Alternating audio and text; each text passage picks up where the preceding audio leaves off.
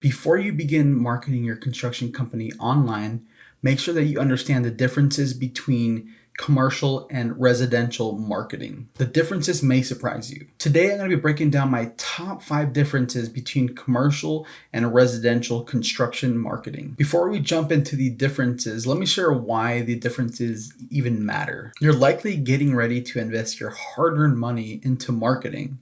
And the last thing you would want is for your money to go down the drain because of the wrong approach. My goal today is to show you the biggest differences so you can build the best strategy for your construction business. And now with that out of the way, let's jump in. The first and arguably biggest difference between commercial and residential marketing is that commercial is B2B or business to business, and residential is B2C, which is business to consumer. Commercial contractors will typically do business with a building owner, a developer, property manager, or even a general contractor, whereas a residential contractor will typically do business with single-family homeowners. It's important to understand the difference because it's important to know who it is you're talking to. Even if the overall marketing approach is similar, the pain points and solutions are likely very different. And the only way you know the differences is by having a deep understanding of your customer. The second difference is that commercial contractors' marketing approach is usually built around brand awareness,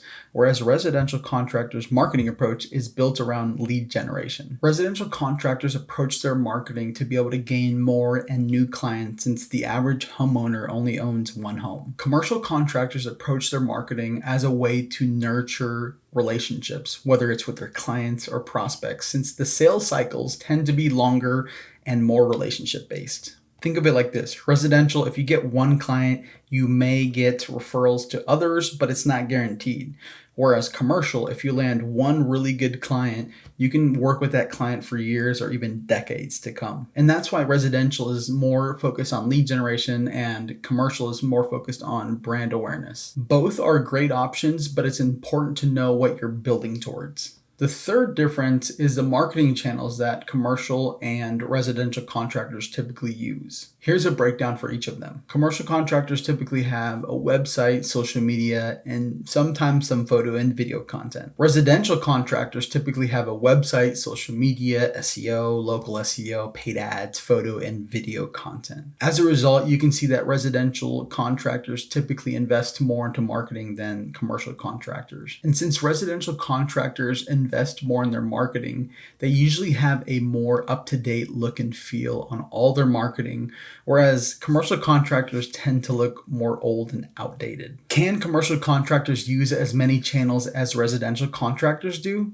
Yes, but they need to understand why they're doing it from a brand awareness perspective. All right, the fourth difference is their approach to copywriting. All right, simply put, copywriting is the art of writing persuasive text to create a connection with your audience, build trust, and get them to take a desired action. When it comes to copywriting, commercial contractors typically take the inform or educate approach on their content, whereas residential contractors will typically take more of a selling approach in copywriting. Here's what it usually looks like. Commercial contractors will tell us about a recently awarded project, about a project problem and how they were able to resolve it, a key hire that will help them build out a new division, and so on. Now for residential contractors, they'll usually share completed projects, testimonials, and sales pitches on their services. The downside for residential contractors' approach is that they tend to lead to spammy content that others will usually ignore, which is honestly not what anyone wants. Now, I'm not saying that it isn't possible to create non-spammy sales content,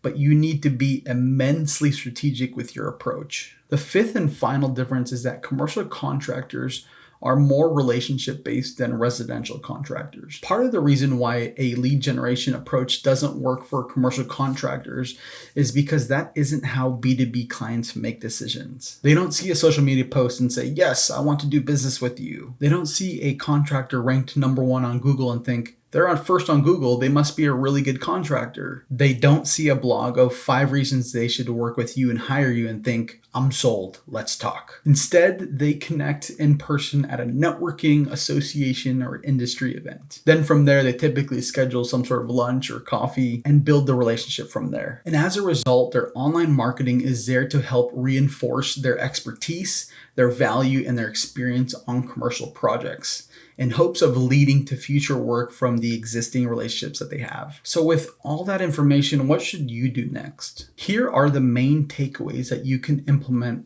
today. Deeply know your customers, what matters to them, their pain points, and how you can help them solve it. Building a strong brand and brand awareness is how you win in the long run. I'm not saying that residential contractors shouldn't invest in lead generation per se, but make sure that you're building your brand along the way. Investing in marketing is always a good idea, but it's really important to know why you're investing to begin with. Leverage informative and educational copywriting and use sales copywriting strategically and tastefully. Nothing beats the traditional way of doing business in person. Make sure that you're actively finding ways to get in front of clients and prospects regularly. Online marketing isn't the end-all be-all, but it can help reinforce those traditional methods. And there you have it, my top 5 differences between residential and commercial construction marketing and what you can do next right away. Here's my question for you. Which one of these takeaways will you implement right away? Let me know down in the comments. And please don't forget to like and share this content if you found it of value. Thanks again, and we'll see you next time.